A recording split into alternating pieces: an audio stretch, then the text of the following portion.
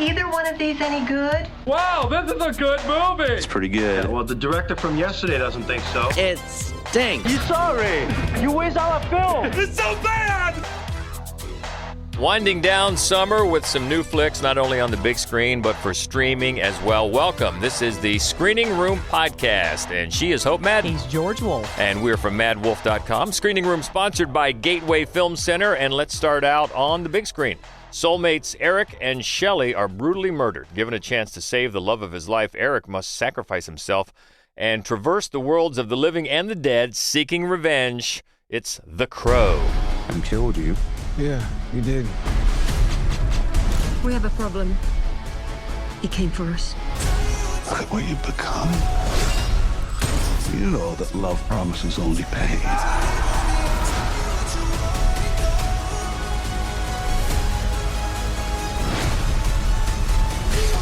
You have no idea what hell awaits you. No, I do.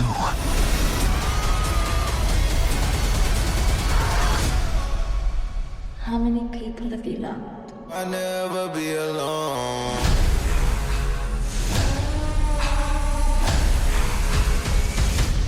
This is, of course, a reboot of the 1994 kind of cult classic with Brandon Lee. Yeah, and I think I just read something today where the filmmakers are preferring to call it a reimagining. A reimagining. A reimagining. But yes, exactly. It basically follows the same framework. The director is Rupert Sanders.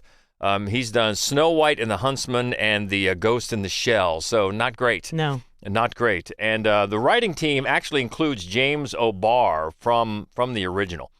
So yeah, it follows the basic framework, and this time it's a Bill Skarsgård, and he is playing Eric, and FKA Twigs is Shelley, and they're both troubled. They actually meet in rehab in a drug recovery center, so they both come from very troubled backgrounds, and they meet there and they start a quick affair. And the film this time, especially as opposed to the original, spends more time with the backstory on the romance. Right.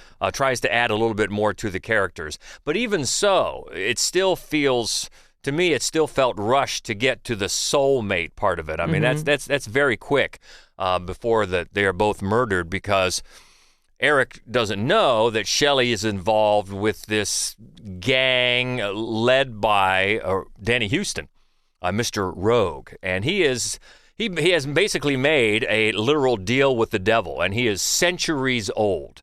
Danny Houston is always great, by the way. Yes, it's always he is, great especially to see. as a villain. Yeah, always great to see Danny Houston. His part isn't huge in this movie, but it's very important, and he's got a cool way of dispatching people. He just has to go up and he kind of whispers, speaking in tongues sort of language in their ear, and then it forces them to pretty much kill themselves, and the way it happens is pretty awesome.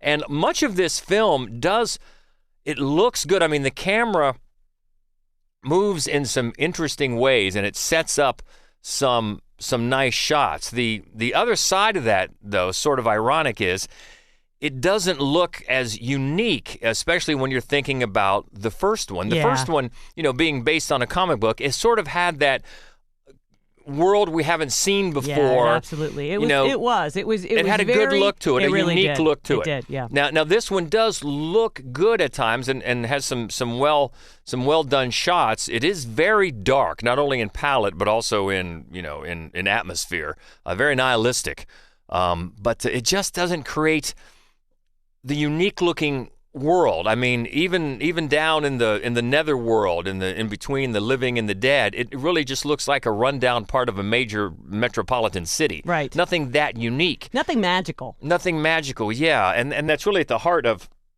what holds this movie back, is that it just seems a little generic. Right. In the story, it doesn't really, it tries to add something to the development of these two people and why they got together and why Eric feels so motivated to avenge both their deaths and then the possibility of bringing her back. but it doesn't really, you don't really feel it. It doesn't feel that earned. Right. I will say, boy, the bloodshed, there's a lot of it here. It gets brutal. And it really makes its mark about 2/3 of the way through. I'd say maybe the beginning of the third act, when they have this set piece in an opera house. And Eric, after he has basically accepted his mission, what he's going to do, and on his quest for bloody vengeance, he goes into this opera house, and man, all the henchmen start coming at him in just a hail of gunfire, and he just basically has a blade, and the bloodletting that follows is really well done, and it's brutal.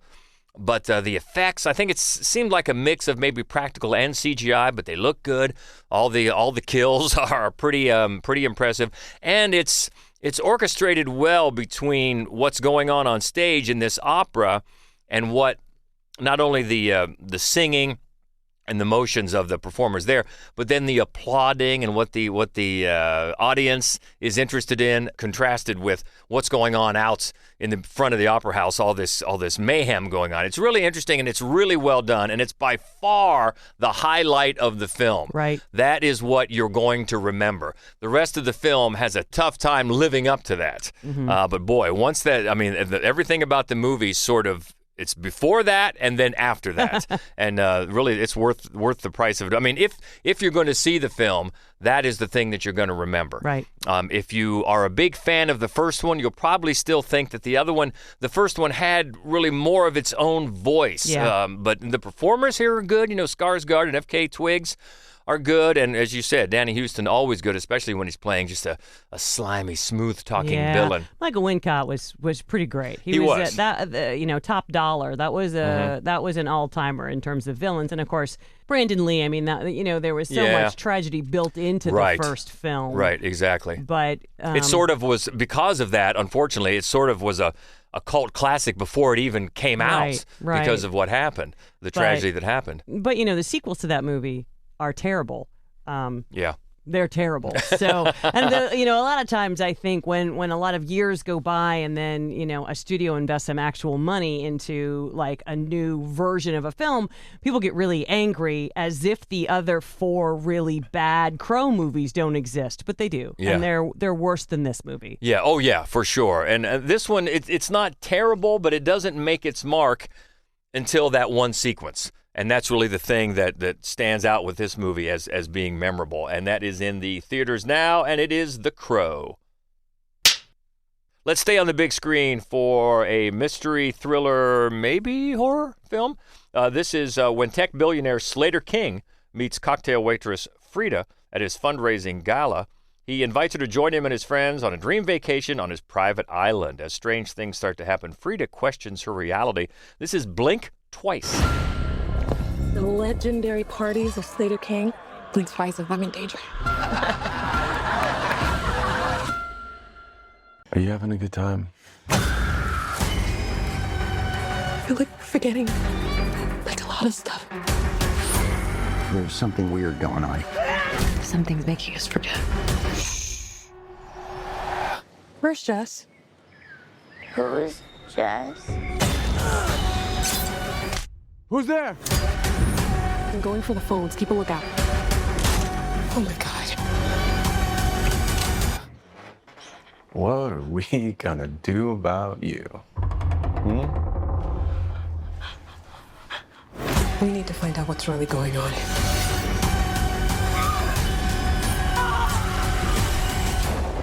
It's a really special place. This is another one that was getting some talk before it even came out because it's the directorial debut of Zoe Kravitz. She also co-wrote the film. Yep, she did. And it stars her now fiance, Channing Tatum. And it's good. She has a real handle on sort of this shifting tone in the movie that really suits it. And Channing Tatum, I'm a fan of Channing Tatum in comedies. Yes. I think he's a really, really solid comic performer. Well, we just said that about he was in Fly Me to the Moon and thought that, he just was a little miscast. Dramatically. Yeah, but this one shows that he can do it. Yes, he really nails this character who is all charm and very handsome and probably something more to him that's sinister. And he especially as the movie progresses, embodies a character that feels eerily, almost terrifyingly commonplace. Yeah. You know, like, and that's, I think, what she nails with this movie. I mean, there's nothing about it that feels, you know, sort of borrowed or retread, and she's got visually, it's intoxicating and beautiful, and it's exactly what it needs to be. But it made me think. This movie made me think of a handful of films that I'm not going to mention for fear of spoiling anything. Right. This is the first of two movies that we're going to talk about this week that really need to be seen with as little backstory as possible. Yes. But what it did make me think of that I can share, because the storyline doesn't really parallel each other, though, is the Stepford Wives. And when I saw that movie, the first time years and years and years after it came out. It had already become sort of a cultural touchstone, and people referred to other people as Stepford Wives. Right. Yeah. So I felt like going into it, I had a sense of what the film was, and when it got down to it, that movie was so deeply disturbing to me because there was something so genuinely true about the idea of how many human beings would trade in their wife if you could just take who she is away. Like, that's the one thing about the woman they don't like, is who she actually is. Mm-hmm. If you could get rid of that, she'd be perfect. Take away her own agency. Yeah, and her thought process and what she really cares about, because that doesn't matter to a really large population of people. And I found that the truth, the honesty in that film so distressing that it really sort of sat with me for a long time. What she lands on in this film, it's not the exact same truth. It's sort of worse, but equally accurate. Mm-hmm. And so for that reason, I found the movie very, like, a really well thought out horror film. And for me, then, a very satisfying conclusion to this horror film. Yeah, we should say she did co-write it, Zoe Kravitz, but also her co-writer E.T. Feigenbaum, I think is how you pronounce it. So it's smartly written. Very. And definitely has a great cast. We haven't mentioned the two main best friends, Naomi Ackie, who we just saw recently in the Whitney Houston biopic, and then Aaliyah Shawkat, who we always like to see. They're the two main best friends. But then throughout the cast, you've got very familiar faces and names: Christian Slater and Haley Joel Osment, and also Simon Rex, who we just saw in Red Rocket. Yeah, he was so good in that. He steals scenes in this one. Yeah, I can see that. And Gina Davis, Adria Arjona, Kyle MacLachlan. There's a lot of people that you'll recognize. Oh, yeah, absolutely you will. And it's just a really well-executed film. And the sort of revelations that people come to on their own, which is, I think, why IMDb gives it the credit of dark comedy. Because there are moments where you're like, yeah, that was just stupid. What were we thinking there? But on the whole, it's a very tense thriller. I would say it turns into a horror film, but I'm not sure everybody would agree, but certainly a thriller I would go with. Yeah, well, with a mystery thriller and some horror elements. So go in knowing as little as possible. That's why we don't want to talk too much about it, but a really solid debut as a filmmaker. Absolutely. For Zoe Kravitz, and a great performance from Channing Tatum. That is in the theaters now, called Blink Twice. And the next one is in theaters, another one that we're going to be sure not to spoil, a horror mystery thriller. Nothing is what it seems when a twisted one-night stand spirals into a serial killer's vicious murder spree in Strange Darling. This is a dramatization of the true story of the final known killings of the most prolific and unique American serial killer of the 21st century. You know you asked for this, right?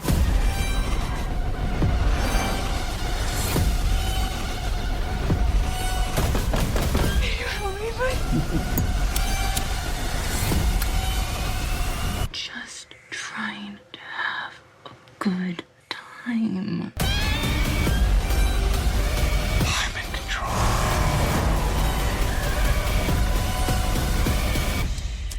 Don't say it out loud. Gotcha.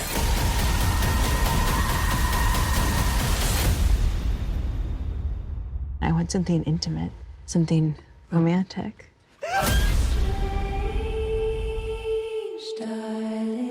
Now, this is another first-time filmmaker. I know. Writer and director J.T. Molnar, and another another filmmaker, writer, and director that's able to just craft something that keeps you guessing. And in this film, unlike the last one, Blink Twice, this is told in a non-linear way. It is. It's told in chapters, and the chapters are told out of sequence. They let you know that. So after a brief prologue, you start at chapter 3, and it's just ingenious. Know as little as possible going into this movie. There are a couple things to know. One of the things I found very impressive was that actor Giovanni Ribisi is not in this film. He's the DP. Right. And it's not the first time he's done it. And he does a glorious job. It's filmed in 35 millimeter. You've got like these, you've got these sort of Texas Chainsaw Massacre outside wide shots. You've got these beautiful neon lit interiors.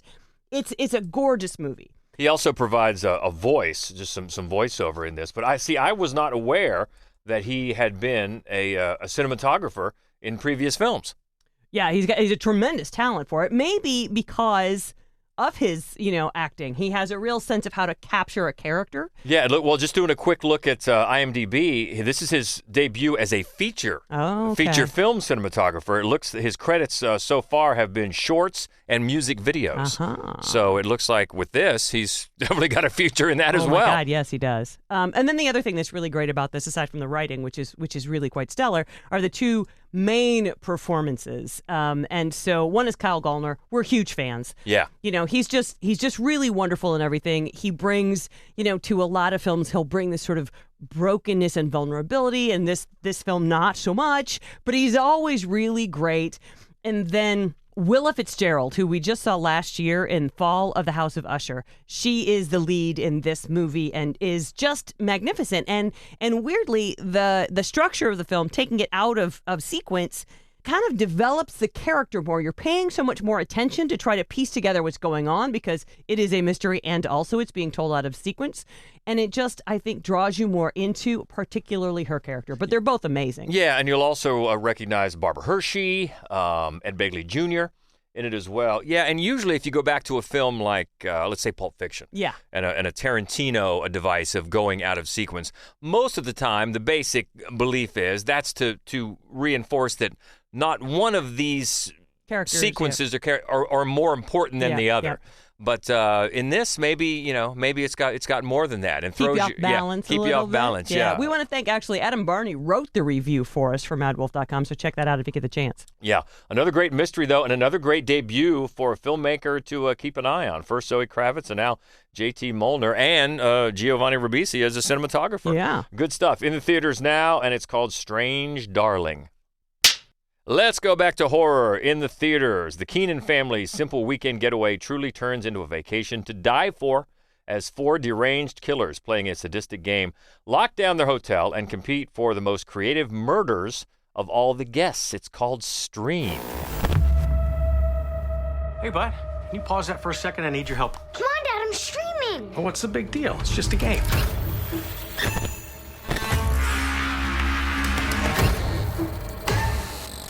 Good evening, ladies and gentlemen. Tonight, we are running a game.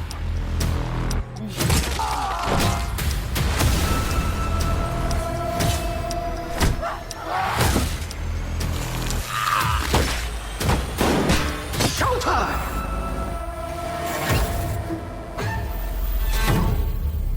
Let the struggle begin. This is a movie that will delight long-time horror fans because it is just, is this a word, cameo-tastic? Well, if it isn't, it should be. And it could, it could certainly describe Deadpool and Wolverine, yes, which we just saw. This one is more open about their cameos. Yes. And I'll tell you what, you're right. Gen X horror fans especially, slasher fans will just be giddy with the cameos in this film. And they start right out at the beginning with Dee Wallace. Who isn't always happy to see Dee Wallace? That's right. And she sets up the plot here because she is the owner of this inn in the countryside of Pennsylvania.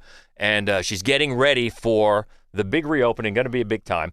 And that's good for the Keenan family, Mr. and Mrs. Keenan, played by Charles Edward Powell, and Scream Queen Danielle Harris.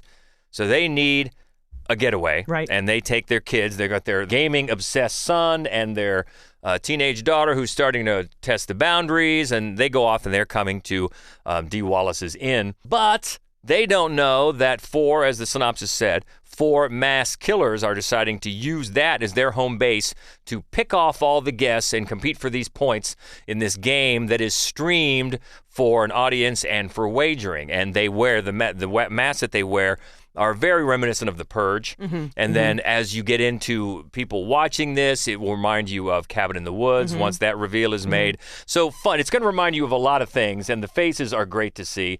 And the killing just early and often. There's a lot of that slasher kind of mentality to this.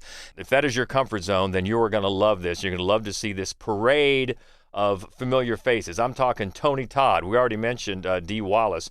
Felissa Rose. Yeah. Our buddy Felissa's in this. And Bill Moseley. And not just horror films. You've got Mark Holton, who played Francis in Pee-wee's Big Adventure. You've got Tim Reed from WKRP. You've got Terry Kaiser, Bernie from Weekend at Bernie's. I mean, the list goes on and on and on. So, and I haven't even mentioned the guy who plays the front desk clerk who's very involved in this game, and that's Jeffrey Combs from Reanimator. So you get the vibe here. It's just nothing but fun and bloodletting all over the place, and it's just one that I keep thinking that if this is your wheelhouse, you're going to be giddy with this. And you definitely another thing that's come up here in the last couple of days, and actually after our screening, there is a stinger at the end, and you want to wait for it because you may have seen the news that has come out here in the last couple of days that this film marks the return of Tim Curry to the screen. Not just a voice. He'd been doing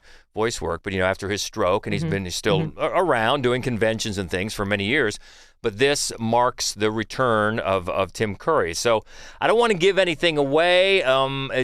It did surprise me when I heard that news, and so I went back and rewatched some things in this. So we'll just say watch it till the very, very end, and then make your own conclusions. But I think again, if this is your thing, you're going to have a blast following along with all the cameos, all the homages to other films.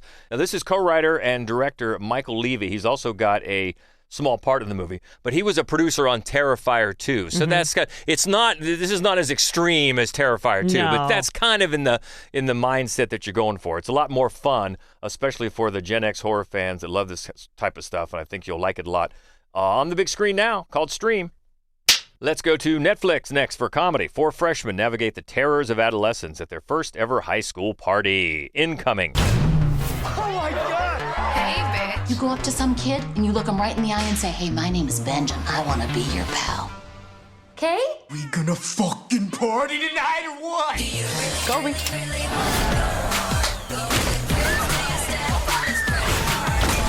High school's the best, man. Hey, you're in my class, right? Yo, Mr. Studebaker. Who's ready for a science lesson? This isn't just a party. This is our future. Oh, shit! So what are you waiting for? We're not your Uber. Uh-huh. Where do you live? Taco Bell.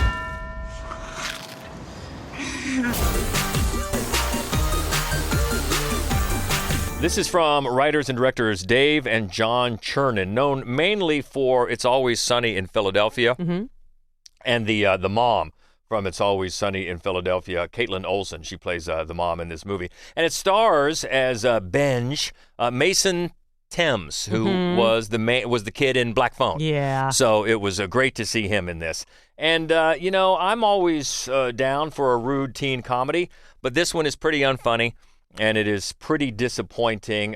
You've got Benj and his 3 nerdy friends, and they are getting ready to, they're excited because they're going to be in high school. And the first week is just really lucky that one of their friends' parents go out of town first weekend, so they're going to have a big rager, and they get to go to their first high school party, and maybe Benj is going to get to make a move on his crush. And all kinds of crazy things happen, and the queen bee of the class gets there and needs a ride home, and then some friends they confused that they're the Uber. No, they're not, and those sort of hijinks that aren't really that well connected. And then you've got Bobby Cannavale, who shows up again in one of those comedic roles. He's done a lot, and I love seeing him. Don't get me wrong. He just needs a better role. But after a He while, does, yeah, he needs to stop being like the middle-aged guy who's trying so desperately to be hip. Yeah, that's what he is here. He's the teacher who is trying a little bit too hard to be cool. At first it works, and then you're going a little bit too far, and okay, now this is just kind of sad. So as the night goes on, just one hijink after another, and then it sort of ends in that thing that I know you love, the speech to the entire class or the entire school to set everything right. So this one was disappointing because this is just the latest in a litany of these type of teen comedies. Superbad being one of the all-time greats. Yeah, Superbad was a great one. Even Project X, that was fun. That really are centered around a big party. Now, but this one is pretty disappointing. Didn't laugh much at all, but it's great to see the kid from Black Phone. And glad to get out of the basement. Yeah, he did. And that is on Netflix now, called Incoming. Well, speaking of disappointing, how about an action crime thriller? When a crime scene cleanup crew discovers a briefcase full of money, they are unwittingly sent into a battle with a ruthless and corrupt crime boss, mobsters, hitmen, and corrupt government officials who are hell-bent on getting it back. It's the cleanup crew. We found $2 million in cash, but we opened Pandora's box. Give me the case. I don't get paid enough for this. What now? You find out who the money belongs to. We go there, we kill them, we share the money. Then we're gonna work. Who are these people? Dip 'em. Who's your boss? Bring me the money. Right here, right now. What is that? Duck. There's no going home now. Who sold us out? I sold no one out. Everyone sees what you appear to be. Few experience what you really are. Things are about to get so much worse.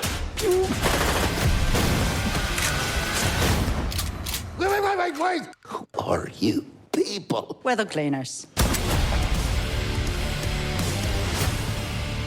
This is the latest from John Keyes, director John Keyes, who makes a lot of movies, usually at least one or two per year.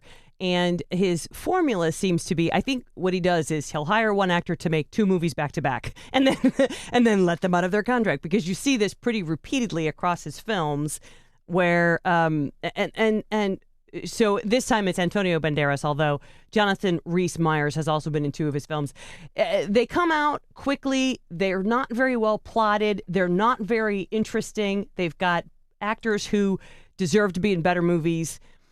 And in this case, it's also Melissa Leo, and that breaks my heart because she's really a tremendous talent who is now Oscar winner. Making a lot of movies that are beneath her. So in this case, it's not such a bad premise, you know. It's this sort of ragtag group of losers, and they're in this crime scene cleanup team. That's what they do for a living. And they're in there at this one crime scene, and they happen to come across the briefcase full of cash that was left behind, like hidden in the fireplace. And so they decide, well, then we're just going to take this. But of course, good idea. The people who it belonged to were aware that it didn't go where it was supposed to go. And so that becomes their problem. And Antonio Banderas is the bad guy, the crime lord. It's his money. He feels like he's kind of fun when he's on screen. He absolutely feels like he's in a completely different film, which suits it a little bit because he's separated from them. And I'm not saying that his scenes are great, but he's fun to watch. He seems to be, finding a way to enjoy himself in this film. Jonathan Rhys-Meyers does seem like he is in a completely separate film. He doesn't seem to have any idea whether this is a comedy, because sometimes he's very broadly physically comedic for no reason that I can think of, or whether it's like a deep action film where the violence is supposed to affect you badly. See, he, for me, has been forever tainted by being in From Paris with Love in 2010. Oh, yeah. That is still probably one of the worst movies I've ever seen in my life. Yeah. And when I see his face or hear his name, I just think, oh, this is going to suck. Yeah. Now, that's probably on me because he's been good in other things. But not for a long time. No, and he's another one that makes a lot of movies back to back. They're usually low budget and bad. And he's the worst thing about this movie, honestly. Melissa Leo, she's solid as sort of the mother hen of this group of cleaners, but it's set in Ireland, and her name is Siobhan, and she struggles mightily with an Irish brogue. Like, I'm not sure why they insisted that she be Irish, because she's having a hard time with this brogue. Obviously, nobody made Banderas be Irish. I'm not sure why they had to make her do it. That would have been fun, though. It would have been fun. But I think it is an interesting premise. You know, like, I'm not opposed to this premise at all. They just cannot decide on a tone. You know, is it over the top comedy? Because often it seems like that's what they're trying for. But then for no reason, out of nowhere, it becomes really brutal, where they just, these people just go up the cleaning crew. They just go up the ladder until they find Antonio Banderas, and they just lay waste to everybody in between over not very much. He's kidnapped somebody's girlfriend, and they don't seem to even like each other. It's like nothing. There are no stakes that seem honest.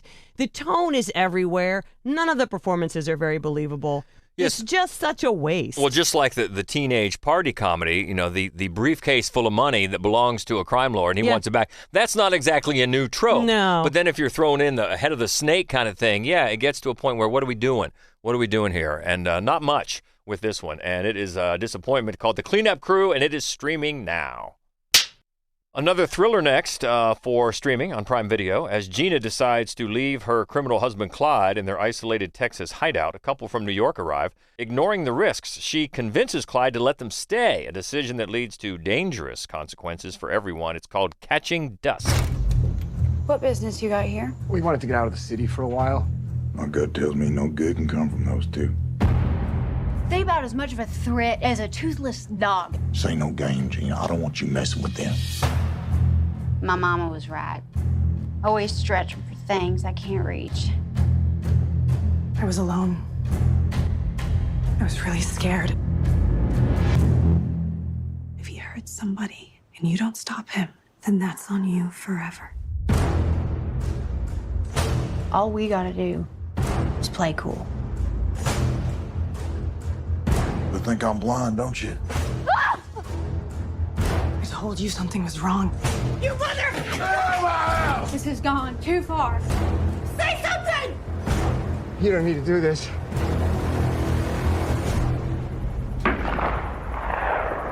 Eva Fraser reviewed this film for us and was really impressed, particularly with the filming itself, with the cinematography, with the way the movie was edited together. It does a great job of reflecting sort of the internal changes of the characters, of building tension. And it's a mystery that you really struggle to piece together. Like you stay on top of it to figure out exactly what's happening, why it's happened, when it's going to happen. It begins at the end and then works your way back to that point. And Jai Courtney, who for me is often pretty disappointing and bland, does a great job in this movie. Yeah, this is writer-director Stuart Gatt. It's his feature debut. And it's Jai Courtney and Erin Moriarty are the two leads. And you can check out Eva's full review. She really liked it at madwolf.com. And that one is streaming now. It's called Catching Dust. And one more in theaters, documentary. An investigation into abuse and missing children at an Indian residential school sparks a reckoning on the nearby Sugarcane Reserve. It's called Sugarcane. I've been trying to find out what happened at St. Joseph's Mission. Everything was so secretive. My dad was born there. 2 girls drowned. Priests were moved around. Why are they dying? Did they think we'd be stupid all of our lives, the rest of our lives, and nobody would ever find out these things? Julian, I ask you to open your heart. Our people are going to stand up. Your story is someone who was abandoned, but also who abandoned. You do know what happened with me, right? I want to know the whole story.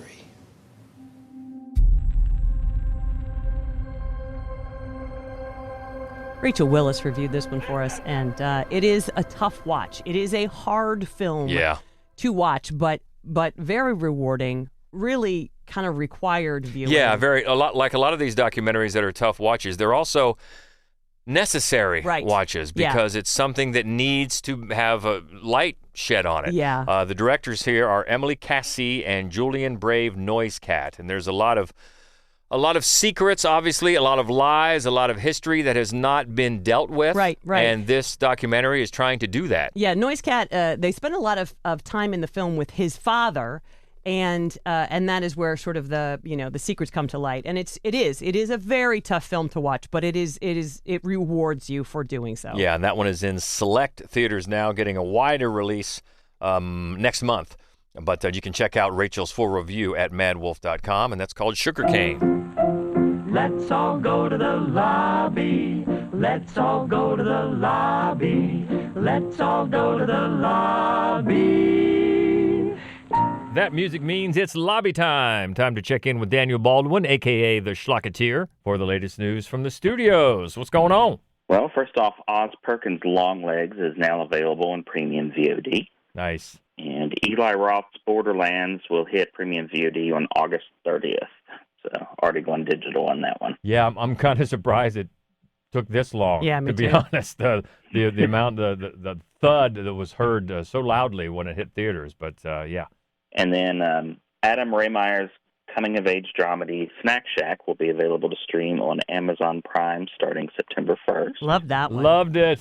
Yeah, that's one of my favorites so far funny. this year. So funny. I laughed a lot. And Paramount Plus is premiering an 80s glam rock and hair metal documentary called Nothing But a Good Time on September 17th. Level 33 Entertainment supernatural thriller The Shade will open in theaters on September 20th. And September 20th will also see the day and date release of another Frank Grillo action movie.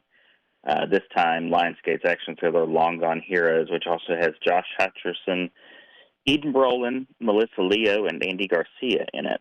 A new Grillo the day before my birthday. I don't think that's a coincidence. I don't think so. So I watched the trailer for that a couple days ago because they offered us the link, and it looks horrible to me. It looks horrible. Well, it also comes out the same day as his other movie, Hounds of War, and that one looks like it should be solid. So maybe Two go with that Grillos. one. Two Grillos. Two the day before back my to back birthday? Grillos. Happy birthday, George. Oddity will arrive on Shudder on September 27th. It Like just hit that VOD, one. But loved it. Shout Studios will release the Void and Psycho Gorman director Steven Kostanski's new horror comedy Frankie Frico in theaters on October 4th. Yeah. Cannot wait. Yay. So that'll be, Psycho Gorman was PG for short, so this will be FF. Will this be FF for Could short? be. It might be. Love Psycho I Gorman. know. Level 33 Entertainment will release Sav Rogers' documentary Chasing Amy in theaters on November 1st. And that's just a doc that examines the complex legacy of the film and specifically its impact on the LGBTQIA+ community. I saw this. I saw this back when it was in festivals. I wrote a review for it. It is a really impressive documentary. Yeah. It really is. The longer it goes, the deeper it gets, the more impact it has. I was so impressed by this film. I've really been looking forward to it myself. Staying in documentary land, there's a new one hitting Disney Plus on November 1st that is self-explanatory because it's called Music by John Williams. Yeah.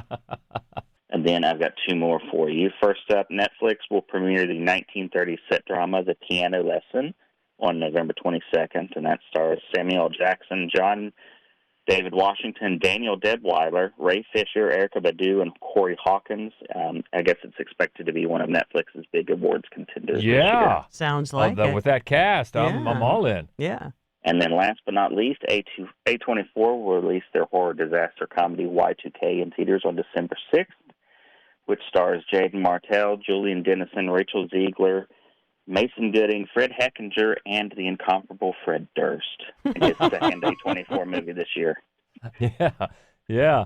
He's Fred Durst is he had that small part in. I saw the TV glow. I saw the TV glow. right. Yeah, it took me a while. Like that was Fred Durst. All right. Hey, Danielle Deadweiler was in that one She's too. in that too. That's yeah, right. those are two They were a different. couple. These are two different films back to back Yeah. that we were just covering. But That's right. All right. Well, you can always catch up with Daniel on the socials at the Schlocketeer for all the latest news. Appreciate it. Hey, thanks for having me. Okay, looking ahead to next week, we've got the latest AI cautionary tale called Afraid. also Slingshot. One called Out Come the Wolves. One Fast Move. First Shift, Chronicles of a Wandering Saint. And The Other Laurens. That's all for next week. Well, what do you think about this week? Boy, there's a lot to talk about. The Crow, Blink Twice, Strange Darling, a lot of mystery, a lot of thrills, a lot of bloodshed this week. You can always keep the conversation going. We love that. You can find us easily, Mad Wolf Columbus, on Facebook, on Instagram, and on Threads. So keep in touch. We hope you will. Until next week, this is the Screening Room Podcast, sponsored by Gateway Film Center, Central Ohio's mission-driven, non-profit home for film. Enjoy the movie. She is Hope Madden. He's George Wolf. And this is the Screening Room Podcast. See ya. I do wish we could chat longer, but I'm having an old friend for dinner. Bye. Okay, everybody, that's a wrap.